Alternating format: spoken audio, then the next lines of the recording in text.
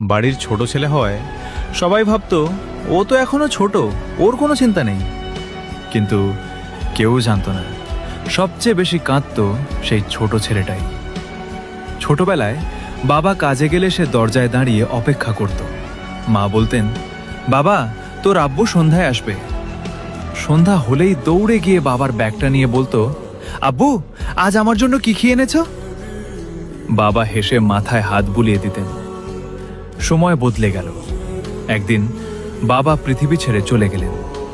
সেদিন প্রথমবার বাড়ির ছোট ছেলেটা বুঝল কিছু মানুষ একবার চলে গেলে আর কোনোদিন ফিরে আসে না।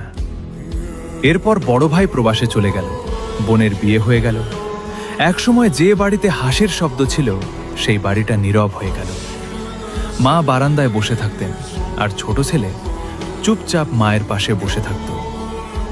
এক রাতে মা বললেন, বাবা তুই তো সবার ছোট ছিলি, কিন্তু আজ তুই আমার সবচেয়ে বড় ভরসা। এই একটি কথায় ছেলেটার বুকটা কেঁপে উঠল, কারণ সে বুঝে গেল আজ থেকে সে আর ছোট নেই। পরদিন থেকেই সে কাজ শুরু করলো, নিজের স্বপ্নগুলো এক এক করে গুটিয়ে রাখল। কারণ মায়ের ওষুধ কিনতে হবে, সংসারের খরচ চালাতে হবে।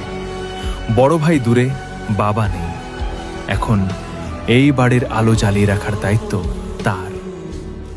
একদিন রাতে মা ঘুমিয়ে পড়েছেন। ছেলেটা একা ছাদে দাঁড়িয়ে আকাশের দিকে তাকিয়ে কাঁদছিল। সে আস্তে করে বলল, আব্বু আমি তো এখনো আপনার ছোট ছেলে, এত বড় দায়িত্ব কিভাবে সামলাবো? কোনো উত্তর আসেনি, শুধু আকাশের তারাগুলো জ্বলছিল। হয়তো বাবা কোথাও থেকে দেখছিলেন।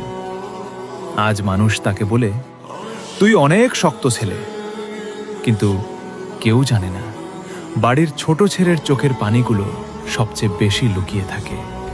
কারণ সে কাঁদলে মায়ের মন ভেঙে যাবে, তাই সে হাসে শুধু মায়ের মুখে হাসি রাখার জন্য।